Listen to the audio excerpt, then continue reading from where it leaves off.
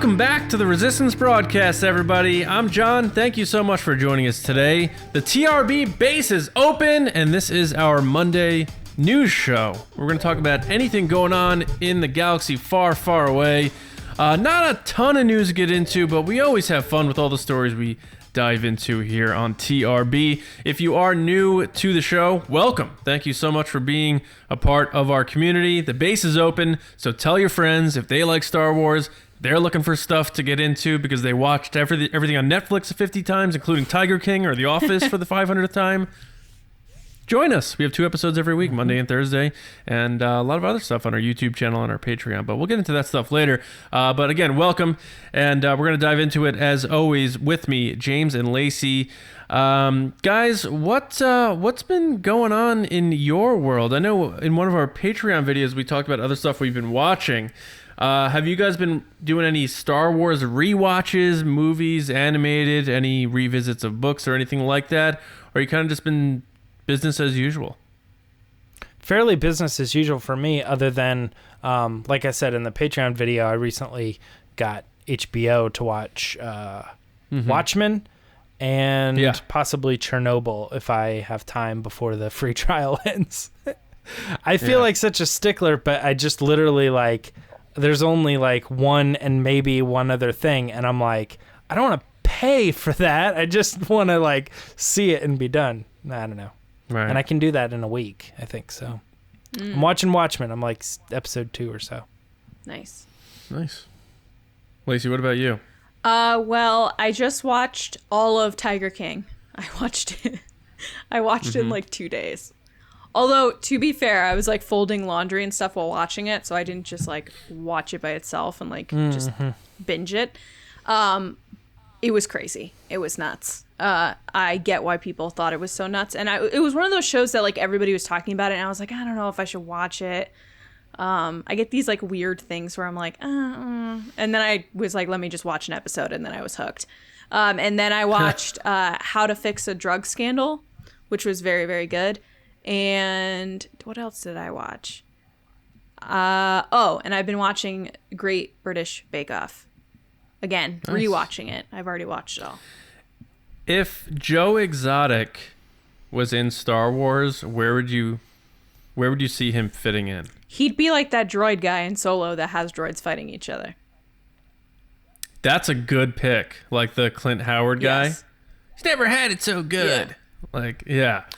I was thinking in Jabba's palace somewhere. Because he just dresses so oddly, and I could see him dancing around and just being just absolutely whacked out of his mind, just fitting in at a Jabba sail barge party. But so I heard, I like your pick better, I think. Yeah, so I heard there are smaller episodes on YouTube of him where he's younger. That's where younger came from.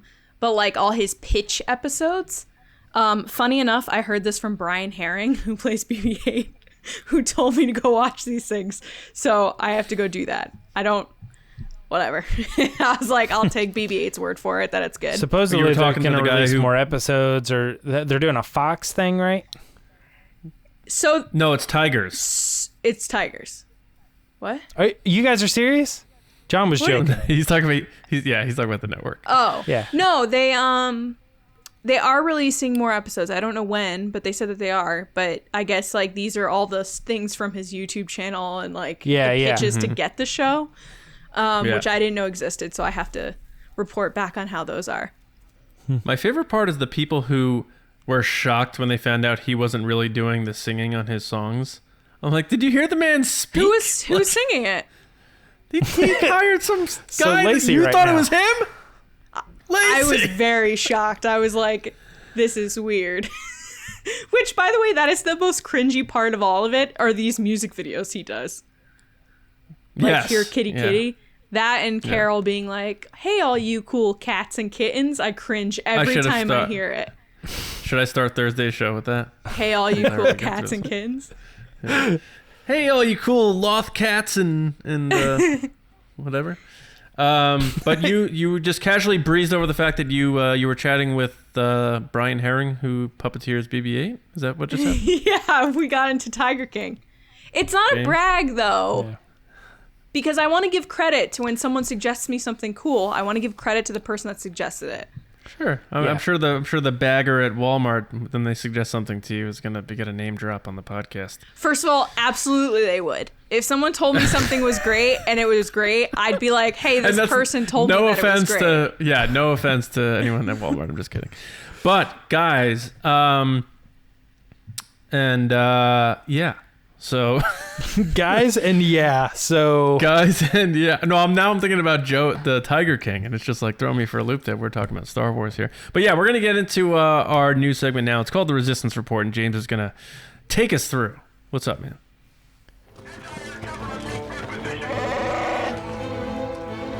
It's the Resistance. Oh, are we back at this again? Rosario Dawson. She's likely going to be playing Ahsoka, right? That's how it goes. But the latest news, the latest rumor mill that we're hearing here is that she actually has a multi-show deal. So I'm going to let John get into the specifics of this first, but long story short, this could mean that they had bigger plans for this person, which kind of points to why maybe they picked this specific actor. What do you think, John? So we chose to run with this story from a certain angle, and that angle kind of being that this is more of a industry norm than it is an indication that she's going to be popping up in Kenobi or Cassian or her own show or what have you. Not to say that she won't. It's possible that she will.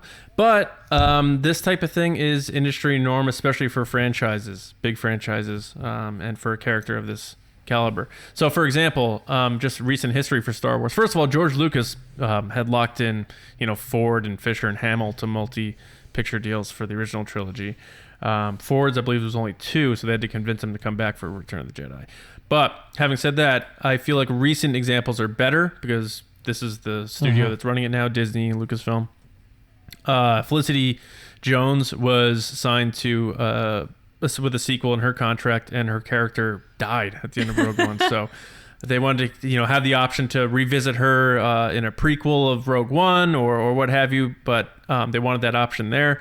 And then Alden Ehrenreich confirmed that he had 3 films on his contract for Han Solo, and as of yet, he's only appeared as Han Solo once. Now, I think Emphas Nest did too, because she's commented a couple times that it was the first in a series, or she thought there were going to be more. She was on Celebration, or she was at Celebration on the Star Wars show, and she let slip. I remember when this came out, she referred to them as, when we were shooting the first one. The first one, yeah. And, there's a few reasons why they do this. One, obviously, if it's a young talent, you want to kind of get them at the low cost, kind of like when baseball owners buy out free agent years of their young talent. So instead of them making $30 million a year, they're making, $5 million. And it's just a smart business move to get younger talent under contract and to parlay that into character flexibility. You want that continuity. You don't want, say, Rosario Dawson plays Ahsoka in The Mandalorian, and it's like, you know what, guys? I just got a new Netflix deal with these guys, Benioff and Weiss. They're making some new movies. I'm going to go over there with them, and then they have to recast Ahsoka again, and then they have Ahsoka being played by 2 different people in live action. Star Wars loves continuity. That is not a good thing. And I know you have people who play younger versions of characters. I get that. But you don't have people playing same timeline or later different actors. So it's just that option to have. Do we want the option to bring Han back and do something? Let's lock that kid up. Yes, we know that we're probably going to kill off Felicity Jones at the end of Rogue One with all these other characters, but maybe she can fit in somewhere else. Even like the Cassian show in a flashback. Who knows? And then the same thing with Ahsoka. Maybe they are kind of testing the waters to see if they want to do a series with her.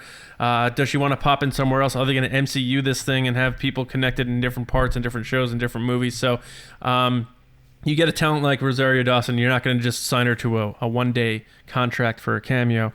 If she's interested and you're interested and you want to invest in the character, you put the options there. It doesn't mean it's going to happen, but it's just an industry norm thing. So I know there's going to be a lot of clickbait out there saying this means she's going to appear here, here, here, here, and here, but this is just more of a formality than anything else.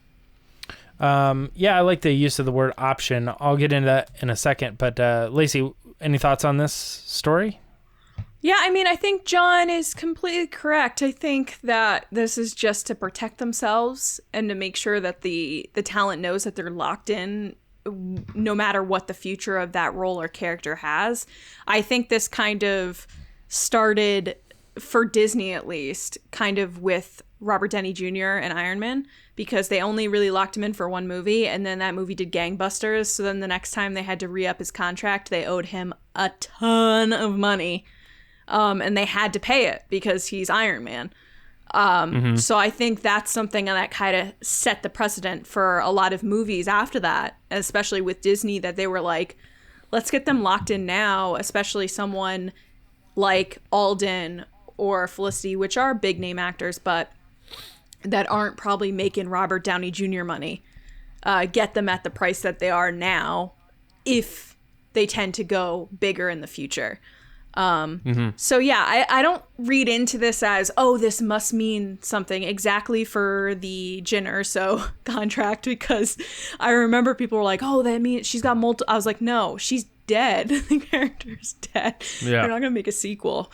But yeah, it's exciting to know that like projects are moving. I think all of us have said numerous times that like we're in this weird period of Lucasfilm and Star Wars of like, we know that Mandalorian's coming, Cassian is coming, and then Kenobi is on its way. But Cassian and Kenobi, we keep getting all these crazy updates and changes. So Mandalorian is that only like static thing that we're like, yes, we're definitely getting this. And so anytime I hear an update, it just kind of like, in this uncertain world we're living in right now, it's like that, like the cozy blanket of, yes, we're getting Mandalorian soon. Because other than that, it's like, what else do we have?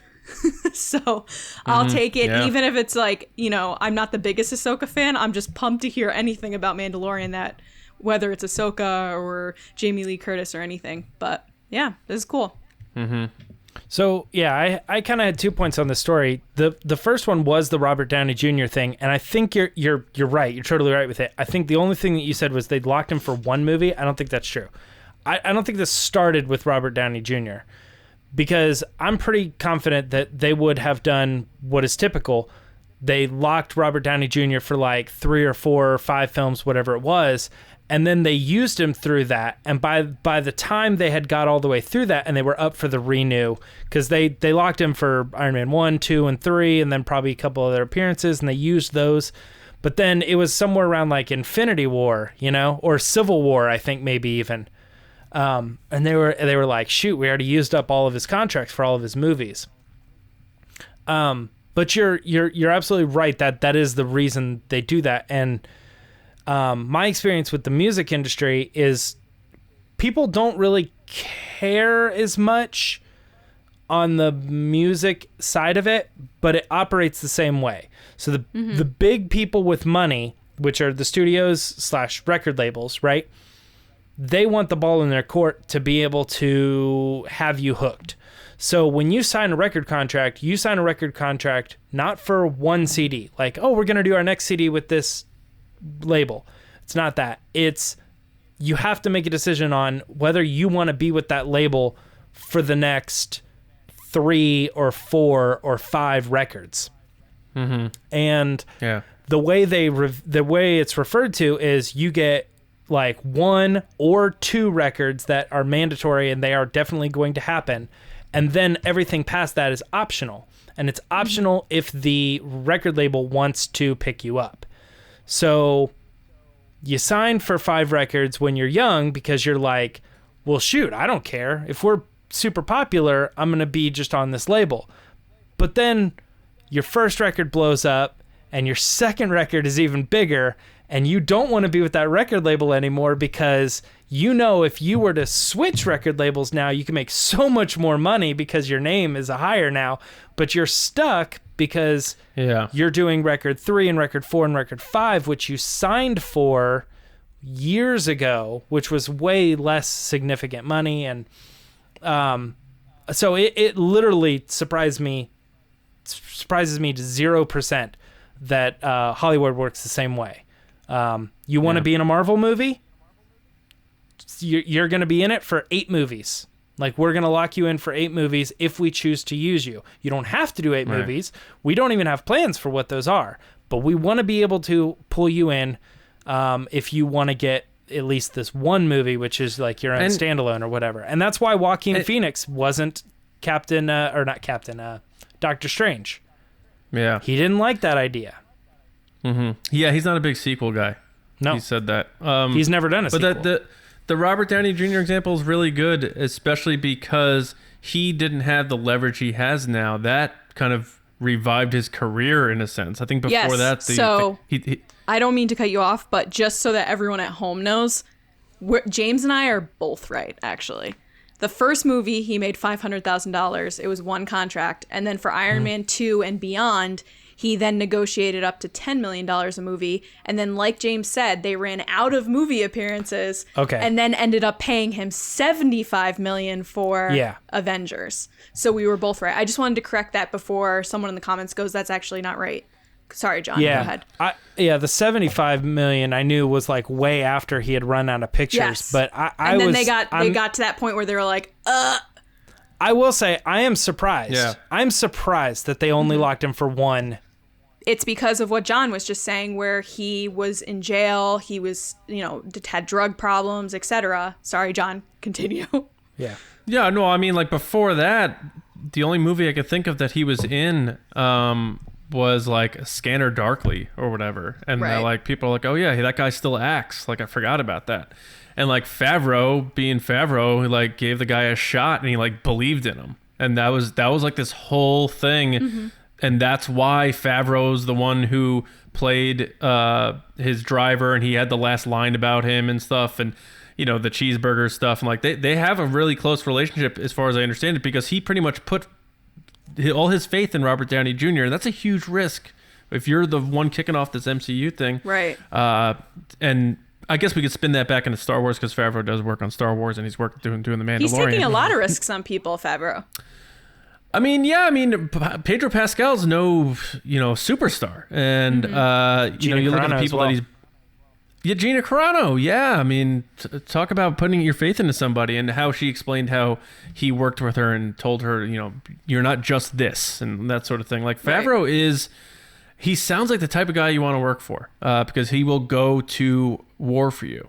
Mm-hmm. And you see that coming through in The Mandalorian here. Now, he obviously is not the one doing the negotiating with these contracts for with Disney and these actors and stuff, but it depends on who you are. If you're a young person, like you said before, and you come in and you audition, you're one out of 3,000 people, and you get the job, and they say, all right, well, we need to lock you in for 6 pictures. You're not going to be like, I don't know. They're like, all right, well, we have 2,999 other people that look like you and act like you, and they'll take the job. See you later. So it's easy to net these stars like that. I don't know about Rosario Dawson, like what her career leverage is, how badly she seemed to really want to be Ahsoka for these last 3 years. Yeah, definitely. So I think this was probably one of those things that didn't take much negotiation, maybe some dollars and cents and stuff. Her Marvel stuff's been over, so... Yeah, and it gives them options. So if they do want to pop her into Kenobi, or they do want to pop her into Cassian, they can do that.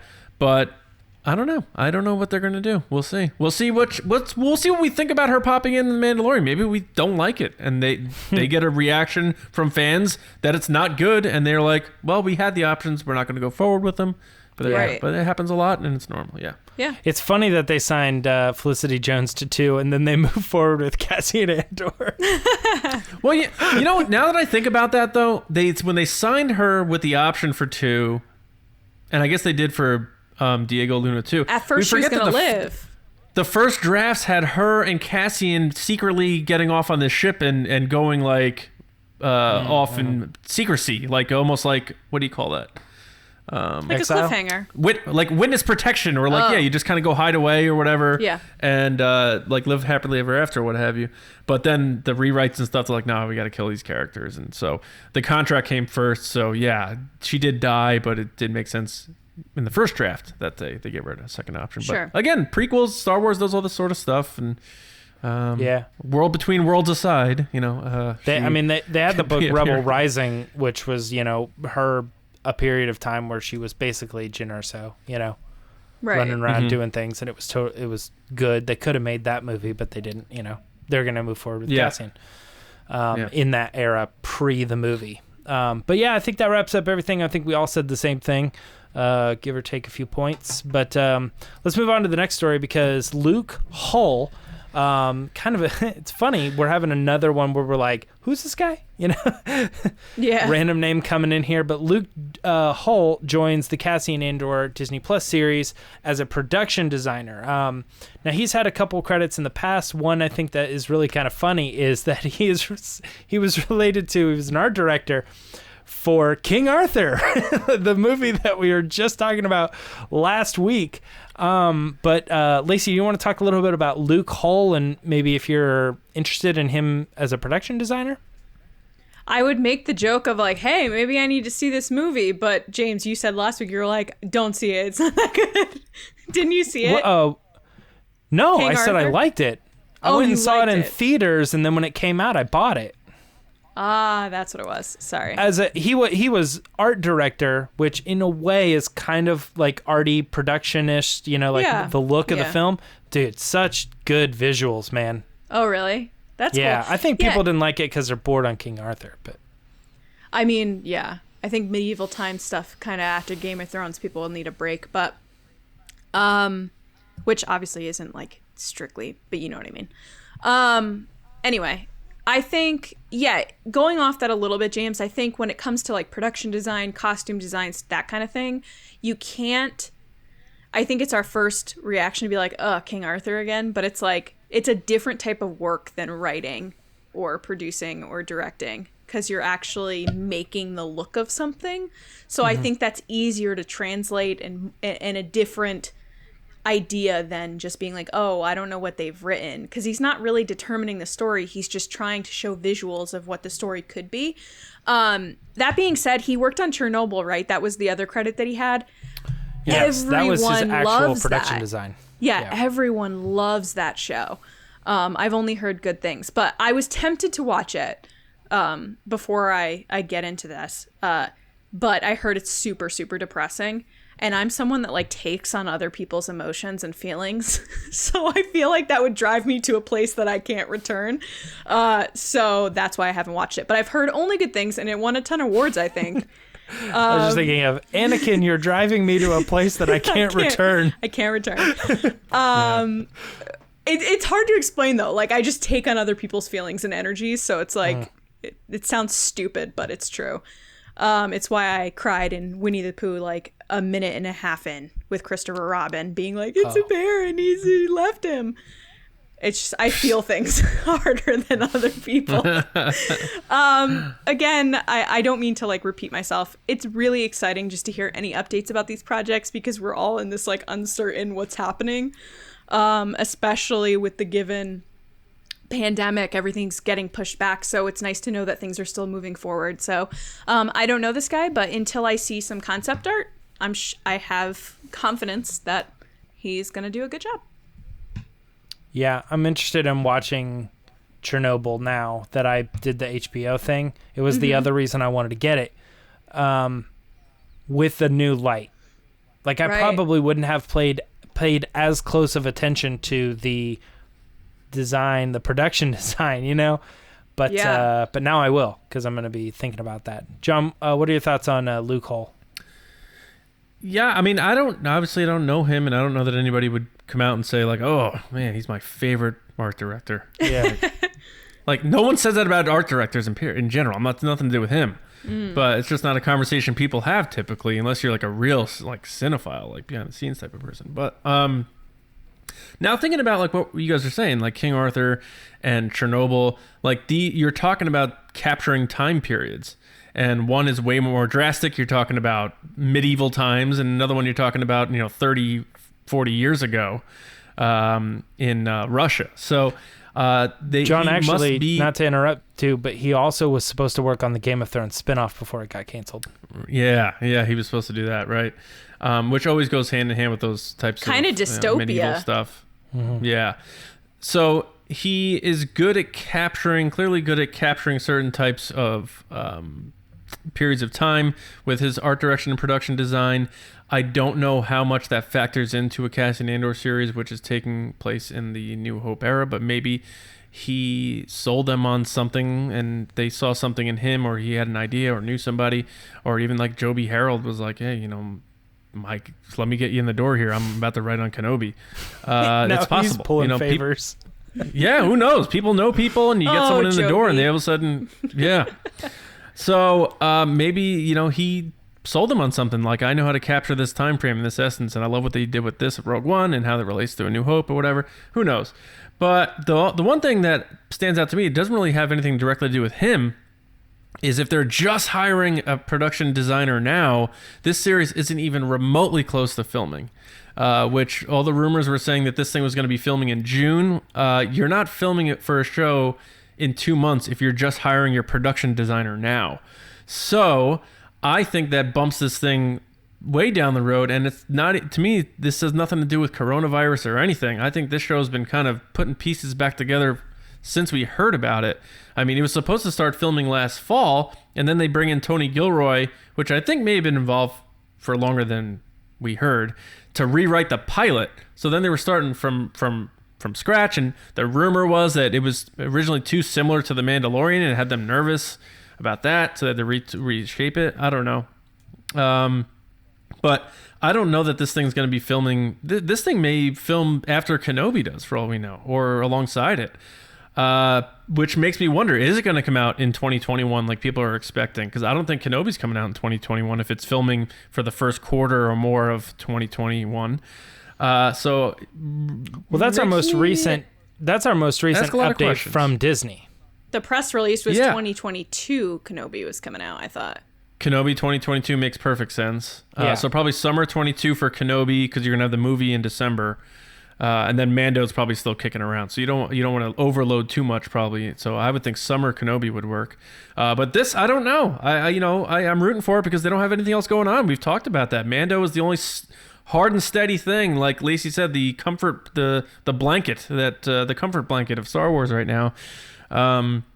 Who knows what's going on with animation? A lot of rumors about that. But then you just have this Cassian Andor series and the Obi-Wan, and I don't think this thing's coming anything remotely close to filming if they're just bringing in a production designer, like I said. So that was the thing that stood out to me, just in terms of production timeframes. Right. Because I can't speak too much about production design. I'm not an expert in that sort of thing, but he knows periods and knows how to bring that to life, and that's all I got there. But that I like timeline Lacey's thing point is of really the what sticks out to me. dystopia.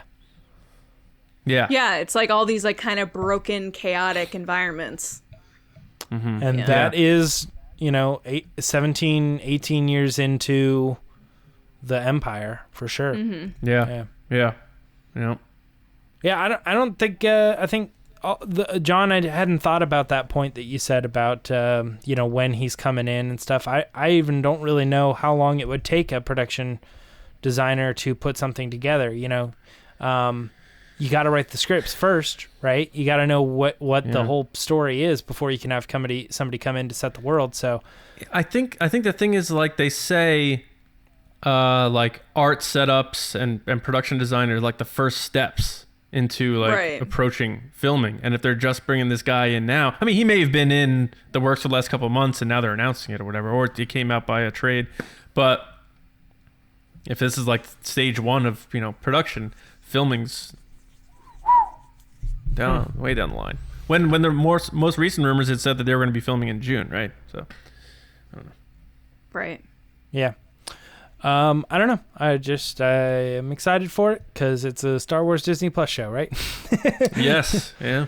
Now we have another story to talk about, and I think that it's almost like the opposite of exciting for the three of us, at least. We had a new book excerpt come out from the Shadows Fall book, which is part of the Alphabet Squadron series that's happening. And what? No, you said Shadows Fall. Oh, because that's the band? Yeah, it's Shadow Fall. Yeah, I love that band too, which is fun. Yeah. Not the best relationship with that band. Anyway. Oh, I want to hear about that. No, it's not like beef. We just were like, that guy's weird and now he's trying to be not weird. Anyway. But yeah, we I think I kind of am speaking a little bit for all of us here, but we all kind of like read over this and we're kind of like, what? I don't know. John, I'll start with you. What are your thoughts on the excerpt? Well, so I read it, and it's one of those things where, you know, when like you're reading something and you turn the page or whatever, and you're just like, I was thinking about lunch that whole time. Like, I was not focusing on what the page is on, and you have to go back and reread it. That's what this excerpt was to me. And I'm not able to take a lot from it. It seems like a strange choice. If you're going to sell this book, which is supposed to be about this ace squad of TIE fighter pilots that are out to wipe out the rest of the fleets of the remnants of the Empire, give me like the Top Gun stuff. Like, give me the action. Like, is it X-Wing fighters? Yeah. Oh. Well, they all are different. So there's a B-Wing, an A-Wing, an X-Wing. Got it. A U-Wing. That's why it's alphabet. Got it. What am I? Oh, Y-Wing. Patrick Ewing, yeah. So, they give us this where it's like them sitting around playing cards and talking, and maybe they wanted to have the personal moment. They wanted to maybe get people attracted to liking these characters more or whatever, but it didn't land for me. And again, you know, I say this a lot, and I know, James, you think this too. The names is getting almost like a parody of itself with Star Wars, and a lot of it is the book-based names, like, you know, Elok, Talami, Emlot, Ebelon. I'm like, you could just name a character Dennis or something, like, you know, like Jen, Barbara. Barbara. Something. You want Barbara? How about this? Martha. Yeah. Where are you getting? I don't know. It just like 1964. I don't know, but better than this stuff where they just pretty much take like a spinning ball of ping pong balls, and they're like, the next letter in this person's name is X. Let's put one alpha. Yeah, let's put one vowel in the middle, and we'll expect everybody to know who these people are and how to pronounce their names. And it's just that the names are out of control, and I can't put two and two together. But let alone what this excerpt is. So I'm not trying to be negative. But I got to be honest too. Like, we can't just say we love everything all the time. This excerpt didn't do it for me. So I don't know what the rest is going to turn out to be for this book. But so far, strange choice. But that's where we're at for me. Yeah, I mean, I think the problem is Alexander Freed, and it's nothing against him personally. I just think he writes military, and that is a specific demographic of Star Wars fans that I'm sure like really love it. Like, for instance, Clone Wars. There are a group of people who really love the clone aspect of it, in like I'm in the 501st, right? And we all know that name, but there's like battalions and other things like that. And that stuff is almost jargon. It's like military jargon that I don't understand and I get lost in, and I'm not following it. And then I think his writing style is also that same thing. Twilight Company is my least favorite book, because I read it twice and could not tell you anything that happened in it. I can't follow it. It's exactly what John was saying. You read it and I go, I'm not, it's in one ear, out the other. I can't follow this. So I was not excited for Alphabet Squadron, and it has nothing to do with my prejudice going into it. I still just, I can't follow it. I have no clue what happened in that book. I read the whole thing. I went through the whole thing, and I'm in the middle of it, and I'm like, I still don't know who's talking. I don't know who these characters are. I can't picture them. They're throwing too much at me. It's almost like you need some familiarity, and there's nothing. It's all new characters, all new planets. I think when it came out, I remember, I could be way wrong, but I think there's only two things in the book that are even remotely familiar. And that's Harrison Dula and something else. It's like, and is Wedge mentioned at all? I don't think so. It's just, it's so starkly, stupidly confusing, and I did the exact same thing with this excerpt too. I was surprised that he got brought on for more books. Maybe not even him, but like seriously, like to continue this story. I don't know. Did it sell well or something? I'm kind of surprised. That's another thing. Like, I want us to bring Lacey in here too, but I want to find out. I can't find anywhere where you can see how many copies Star Wars books sell, and I don't know why that is. Why that's so hard to find that out. Is it for all books you can't find that out? But I'm very curious to see how certain books are selling, and I'm just gonna leave it at that. I want to bring Lacey into this too, but also my wife Are just told me. Are you sure you do? Are you sure you want to? My wife just sent me a picture of she put Bennett to bed. He fell asleep. She went downstairs, came back up, and he's completely naked. he in his sleep, like woke up, took all of his clothes off, and went back to bed. And they're on the floor. I literally can't even tell you. It's so unlike him. I don't even know what's happening. Yeah. Sounds I'm like just me. so thrown. Lacey, please, let's get my Lacey off that. Yeah. Sorry. Could have sneaked that in there. Anyway, so what Alphabet Squadron? Okay. New York Comic Con, they gave everyone in the room a free copy of Alphabet Squadron. I have it. It's a beautiful cover. It's really nice. It's small. It's a paperback. I was like, oh, I could throw this in my bag. I'll read it. I'm going to be honest. I didn't read it. Guys, it's really hard, like James said, for me to read any type of like military or like very dense space battle books. I don't think they read the same as a YA or a novelization of a movie, which is a little bit more from the visual to descriptions. Like, because I've seen the movie, I kind of understand what's going on.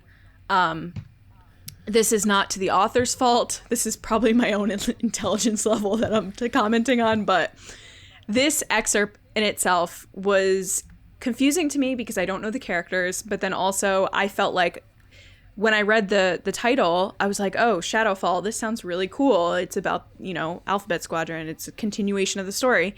And then the excerpt wasn't really about a space battle at all. It was like maybe a paragraph, and then the majority of it was them playing cards, which seemingly is this kind of break character development moment between a couple characters. But I was expecting kind of, I don't know, something exciting to happen, and I just don't think this excerpt sold me on it. And that's where I am. Yeah. But I'm excited for the people that are really looking forward to it. I hope you guys love it. And tell me what you think.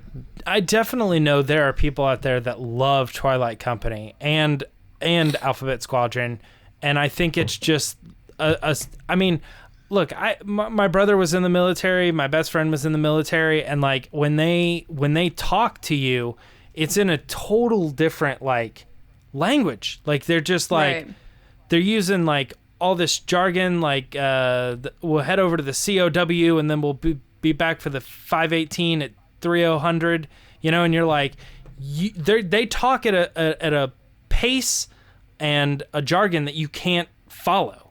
And I think that this book is very real for that reason. Like, if you really got into the slums of the rebellion, this is what's going to be, this is how they're going to talk.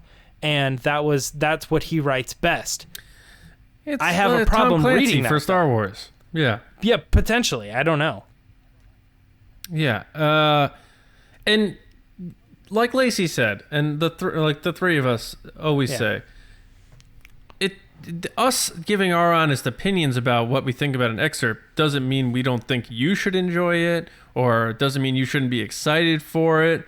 I think I love when people like things in Star Wars that I don't like, because I like to hear their enjoyment of it and get different points of view on it. Sometimes it changes the way I think about things, sometimes it doesn't. So don't let us saying we're not interested in this or don't like it make you feel negative about liking it. That's not why we're having these takes. We're just being honest about how we think of it. So that's all. I really want a romance novel. Can we get one of those? We just did. Crash of Fate. Lost Stars 2. Crash of Fate was great. I gave it like a 9, I think. Oh. Which one's Crash of Fate? Here's why nobody read it. Because Is that the Galaxy's that's Edge just advertisements for Galaxy's Edge. That's actually a line yeah. I'm pretty sure John said on this show. Yeah. But I'll have to I check really it out, liked James. it. Yeah. I'll have to check it out. That's it. That's it for Resistance Report. Yeah, It's pretty much all the stories other than like random little rumors that are floating around or whatever. But Yeah. we're going to wrap it up and send it over to Lacey for the Scoundrels Rundown. Nice. Are you guys ready? Yep. Punch it on 3.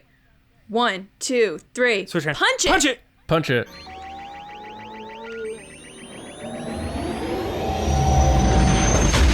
All right, guys. If you're enjoying this episode, you're probably a fan of what we do here on TRB. If you'd like access to more exclusive content or would just like to support us, join us now at patreon.com/resistance broadcast. We are always releasing exclusive content to the page, including 8 mini episodes, monthly Q&As, polls, behind the scenes videos, and you qualify for the other benefits that come with being a resistance officer at each tier. So if you were thinking about joining, now is the time. It's never a better time to join the Resistance, guys. As we head into Celebration, we're going to have a ton of more stuff coming. So you kind of get like first dibs on cool stuff that we're doing. And it's also just a really great community to have right now. Like, I would be going crazy if I didn't have people in the Resistance to talk to every day. Like, they just make my day. So if you like TRB swag, like our fun t-shirt designs, then stay tuned because we have some very exciting news coming later this month that includes some new designs, revised designs, and other significant changes. Stay tuned. Ooh. I don't know why I said that like it was a haunting, but stay tuned. Yeah. John followed you up.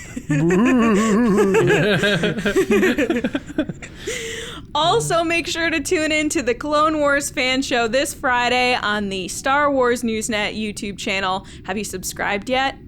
If you haven't, you should. Thank you. And James will rate, review, and discuss the 9th episode of the final season of the Clone Wars. James, you're hitting your stride now. How's that going? He's got Maul on the shirt. He's ready. Yeah, absolutely. Is it the Siege of Mandalore yet? What up? I feel like the funny thing, I think you said this yourself, James, was that every week I see just tweets that are like, okay, that was a cool episode, but like, when is this happening? Yeah, you know, it's funny because one of the things that I even said, I know this is Scoundrel's Rundown, but one of the other stories that was out there was Ashley Eckstein talking about the filler episodes, and I'm 100% in agreement with her. Like, you don't get the emotional weight of these stories if you didn't first have all of the setup. People get bored with the setup. People get bored with trying to figure out, you know, what was the point of that episode. When it pays off in the end is that's why you had that episode, and you can't just hit every time. You have to roller coaster. Right. So James just Free gave Bird you a little Does teaser not start Yeah. with that blistering guitar solo. that you just had to. All right. Free bird. All right. That's not even how it goes. What I was going to say was you just got a little taste of the Clone Wars fan show right now. So if you like that, head over there. If you didn't like it, we still have other content too. So make sure to go to YouTube and like us. Get us. We're trying to get to 5,000 subscribers. I mean, come on. I'm aiming high. Let's do this. So yeah, until next time, Chewie, get us out of here. All right. It is time for Ask the Resistance. I've been wondering, what are midichlorians? Free bird. What we do is we ask you free birds to tweet us your Tweety Birds and send in your questions using hashtag #AskTheResistance. Sometimes we throw, well, not sometimes, every week I throw a tweet up saying, send us your questions, send them in, and sometimes you email them. Sometimes they come from Patreon. Sometimes they come directly under a tweet, and sometimes you guys just think of it randomly, and you're like, bang, hashtag #AskTheResistance, and you get on the show, and these folks did it. So we're going to answer these questions as best as we can. Hopefully we satisfy you the way JJ hoped episode 9 satisfied all of us. Okay, Lacey, coming Yes. up to you first. What? This Weird. is from the big Trevbo, Trevor. Hey, at Trevor. Spin Up the FTL. And Trevor asked, where would you guys like to see the next celebration held after whenever this celebration is actually held? So sadly, I kind of feel like they're going to have it in Orlando because it's next to a Disney park and Disney's like, yo, let's make that money. But I would love to see it in London again or Germany. I'd love to go to another country for one of these. Now, it's quite the budget.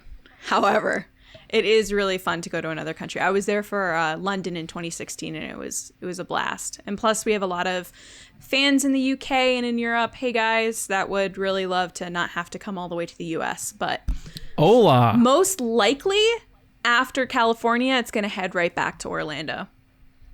Unless Interesting. Disney's like, we want to keep it in the same location every other year from D23, which then it will constantly be in California. Interesting. Which All is right, the cool. easiest thing for them to have guests come to the show because it's Burbank and it's right outside of LA. And then they don't have to pay for guests to fly to Orlando. Orlando would be sweet. It's like a 2.5 hour flight. I went to 2017. It was great. Yeah, I'm just saying, like, I'm thinking from just selfishly, it's like 6 hours, 6.5 hour flight to I know. We're both dreading that. Yeah. Dreading that flight. Noobs. Well, let's hope it yeah. John and I did it in December. It's long. Yeah. Like, Yeah. you look at your watch, you're like, it's been 5 minutes. The long flights are the easiest. See, I That disagree. doesn't make any sense. It does, because you have a bigger plane. It's more stable. There's a lot more entertainment. It's the short, like 1 hour, like you're crammed into this like thing, and it's like Puddle jumper? every time. There's like, those flights suck. I hate those flights. I will take a 4 hour any day. James, Jar Jar Hins wants to know, with their Twitty handle, Twitter handle at Slouchy2. Jar Jar Hins asked, if you see what huge influence the reveal of Leia being Vader's daughter had on the galaxy and her career, how could a Jedi Order be built by the Emperor's granddaughter, and how could it even survive when her heritage becomes public? Oh, that's interesting. Yeah, I have an answer for this. It didn't affect Luke. The thing was, if the reason we know this is because of the book Bloodline, and it drastically affected Leia's political career, but she was also kind of like, man, it sucks because now people know that about Luke. But at the end of the day, like, Luke was kind of off doing his own thing. Like, if you will, it's like you're thinking it like Leia had 26 million followers on Twitter, right? Luke doesn't do social media. So how is it going to affect them? It's like, well, it's probably going to drive Leia off of social media, but Luke is like, I don't care what people think. Like, I'm totally disconnected from that world. I don't see it really affecting Rey unless they want the story to be that it's like she's starting the next galaxy-wide thing, and I just don't think that's it. I think it's more going to be like her, a small group of people staying focused, spreading the word, and starting the teachings again from a grassroots perspective. So I think, personally, unaffected. That's a great point. A lot of people forget to look right to Luke as, well, it didn't affect him too poorly. Yeah, and and he was that, already able to create that. Yeah, so, and that story, it was very clear in that book that he was part of that as well. Like, they were like, and your brother, the guy who saved the rebellion and all this, you know. Right. And, you know, I know this was your question, but you just made me think of this. If they made Rey some sort of like head of a new Jedi Order academy or whatever, it like hamstrings her to that, and then she can't go on more adventures and stuff. Kind of like how we felt, Leia may have been hamstrung as a general and she wasn't able to go off and do all this stuff in the sequels. But great answer, James. Okay, now, so 2 great answers, and now I got to try to see if I can hang on with you guys here. Tyler Bradshaw at TyBrad5, cool handle. Didn't get your handle. That's okay though. Asked, thanks for the question, Tyler. What are the chances Uncle Owen goes on Obi-Wan's adventure as well? And how likely is it we see Owen off-world? I think Owen has a lot of story left to be told. I kind of disagree a little bit here. I don't think they're going to spend time building some sort of buddy cop relationship between Owen Lars and Obi-Wan Kenobi. I think what they're going to do is give us a reason to understand why Owen doesn't trust Obi-Wan Kenobi, and that whole idea that he's against that whole crazy wizard, crazy adventurers, and that wild, wacky Jedi stuff. Like, he's not about that. This guy is a homebody. He's a farmer, family business. We haven't seen him off Tatooine in all the spans of times we saw him.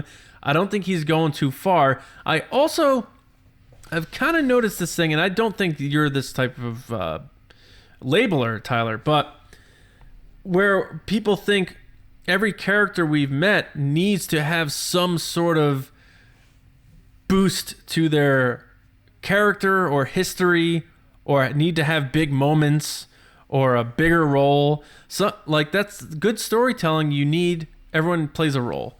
And Owen Lars is a minor supporting character. I definitely think Joel Edgerton is showing up in this series. He has talked about wanting to be all in. He has even joked about, what you're saying. Owen Lars can do a lot of things. He can go on adventures and stuff. But an actor, of course, wants to have a big role because you want to be a big part of the project.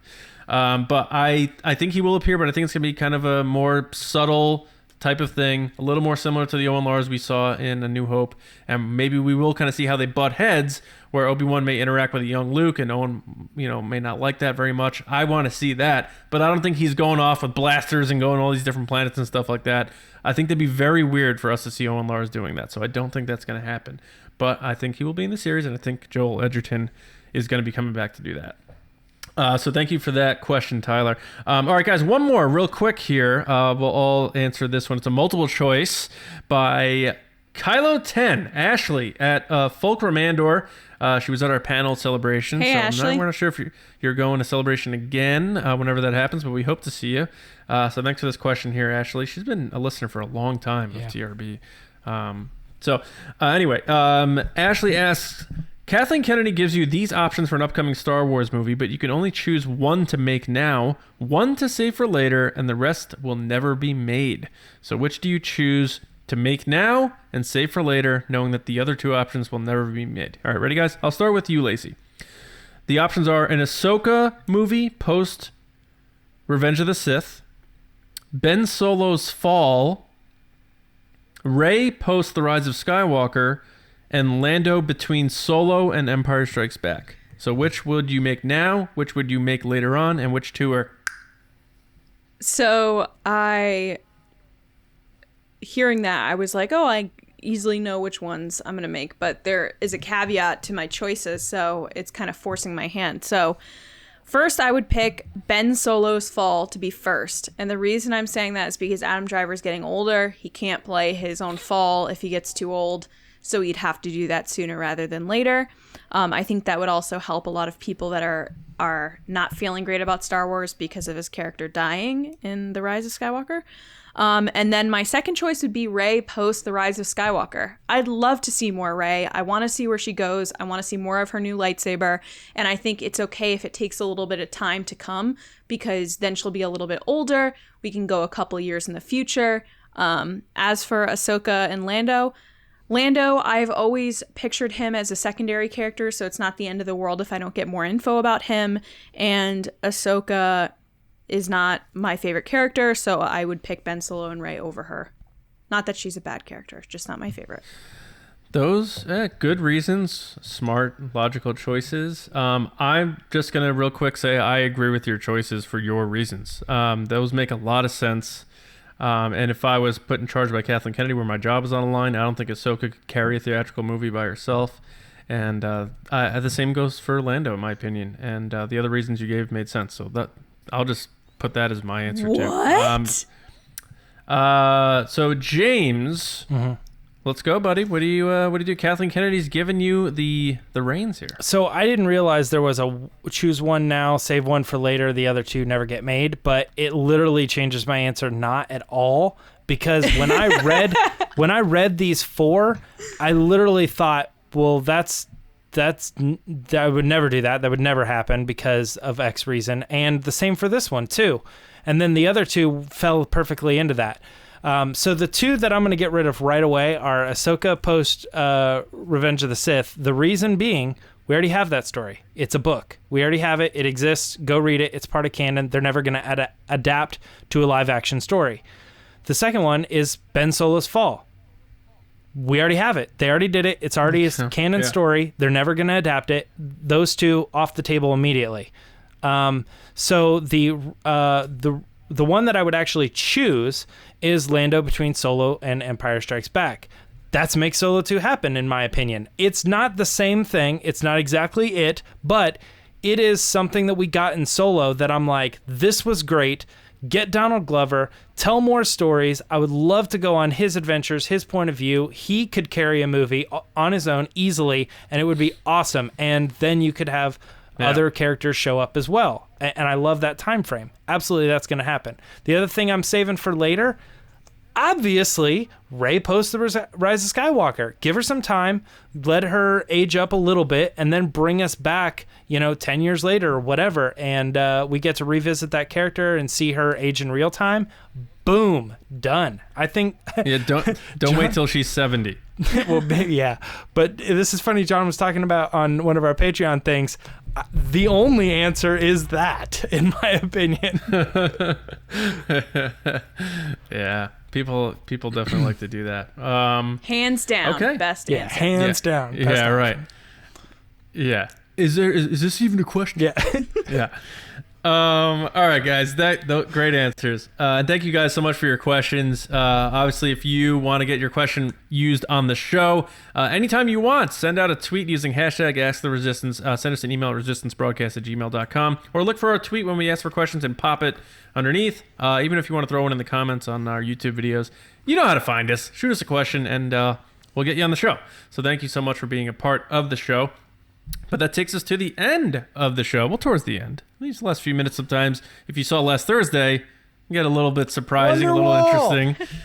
Yeah. None of us are wearing hooded zippies, so we're not revealing any different shirts like Clayton did last week. But I want to say thank you to everyone who has been listening and watching and being a part of the Resistance. I know a lot of new people have joined us recently, so welcome to TRB. You're always welcome, so make sure you subscribe to the show twice a week. Monday and Thursdays we have new shows. And also tell your friends. If you have friends who like Star Wars, share a link of one of our videos or one of the podcasts. We're on every app, so subscribe on Apple Podcasts, SoundCloud, Spotify, YouTube, Podbean. Everywhere you can find a podcast, you can find us. Make sure you go to StarWarsNewsNet.com every day for all of your Star Wars news, reviews, editorials, information, and more. All the articles we talked about earlier today were from StarWarsNewsNet.com. And if you are not sick of us twice a week and our other videos on YouTube, you can become a Resistance officer at patreon.com/Resistance Broadcast. Like Lacey talked about before, just hop over to the site. We have 5 tiers starting at just $2 a month for page access. So find out which tier you like, sign up, and we really appreciate the support, and we know you will enjoy the exclusive content and other perks that come along the way. A very special thank you to our generals over there. That's Camelo, who's going to be our pod racer on Thursday. He's going to be on the show.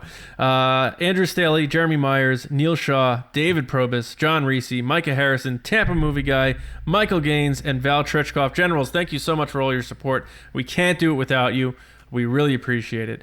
tpublic.com/user/resistance broadcast to find Make Solo 2 Happen shirts and mall shirts.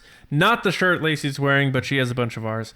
And check it out. But like we said before, some interesting stuff coming down the pike. But that's it for that on that. You guys can find me on Twitter at Johnny Hoey and StarWarsNewsNet.com. James? Twitter and Instagram at Myra Trunks. Lacey? People can find me on Twitter and Instagram at Lacey Gilleran. And on Thursday, you can find me hosting a whole segment myself. Oh. So, the gloves are coming off because Thursday, it's me versus James in Who Are You? That's right, it's coming back, baby! I forgot movie about quote that. guessing game. And so we're going to play on Thursday, and we want you to play along, so make sure you do tune in on Thursday. Lacey's going to hit us with all the quotes. Padme quotes. All the Padme quotes. This is And, I better get studying. I did my research. This is off the cuff, but did you guys want to do that like group comment thing? Oh, he left. All right, bye. See ya. John just walked away. He's back. Do I want to do back, what? baby. Well, I got to study. Every day to... You're such... you went off the show just to grab your DVDs. Well, I Cool just wanted to show story, everybody. John. I just wanted to show everybody. Well, I'll save it for Thursday. That's fine. Did you want to do the group comment thing? I'm kind of putting you on the spot. So, go ahead, James. It was your idea. I want you to... This is your time. I don't know. Okay. We're always looking to help out the YouTube channel. So liking, subscribing, obviously like that. But another one that you can do is leave comments. It helps with the algorithm. So we were thinking if you wanted to leave a comment or kind of have a discussion with us, we'd set a time like, I don't know, like 11 a.m., noon. There, we'll do noon maybe. And noon East, noon Mountain. Noon oh, that's noon a good point. Pacific. Yeah, Absolutely East. It'd be noon East. Yeah. So, so at noon East, after the Noon episode East. comes out, leave us a comment. Come and talk to us. We'll be there commenting back and talking and having just kind of a chat within the comment section. Hopefully, we can get some numbers up. So that was just my idea. I don't know if we'll continue doing it, but let's try it out on this episode. And maybe Thursdays. I wonder if there's a character in Shadowfall called Noon East. That would make sense. Probably with 3 X's. Yeah. Free bird. Right. All right, guys. So we gotta get out of here because I gotta get studying because Thursday is gonna be a tough battle. Lacey's gonna hit us with the tough questions, I'm sure. Yeah. Tough quotes. Padme. But you study too because you guys are gonna play along with us, and we'll see if you do better than us, and we'll see who wins between me and James. But until then, enjoy your weeks. We hope everyone's doing well out there. Hang in there, and we'll see you Thursday when the base opens right here on the Resistance broadcast. We'll see you around, kids. Bye.